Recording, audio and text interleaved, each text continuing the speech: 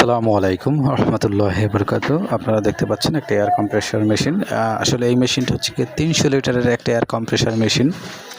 তো এই মেশিনটা এক ভাই আমাদের কাছে বিক্রি করেছে। তো মেশিনটা আমরা ক্রয় করে রেখেছি।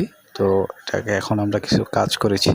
গতকালকে একটা ভিডিও দিয়েছিলাম যে একটা কম্প্রেসর পাম্পের 95 হেড, সেই হেডটার কানেক্টিং রড বেয়ারিংগুলো আমরা পরিবর্তন করেছি, আপনাদেরকে বলেছিলাম।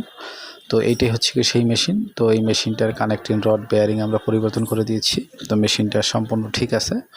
তো এখন মেশিনটা আমরা নতুন কোনো গন্তব্যে ছেড়ে দিব, মানে মেশিনটা আমরা বিক্রি করে দিব।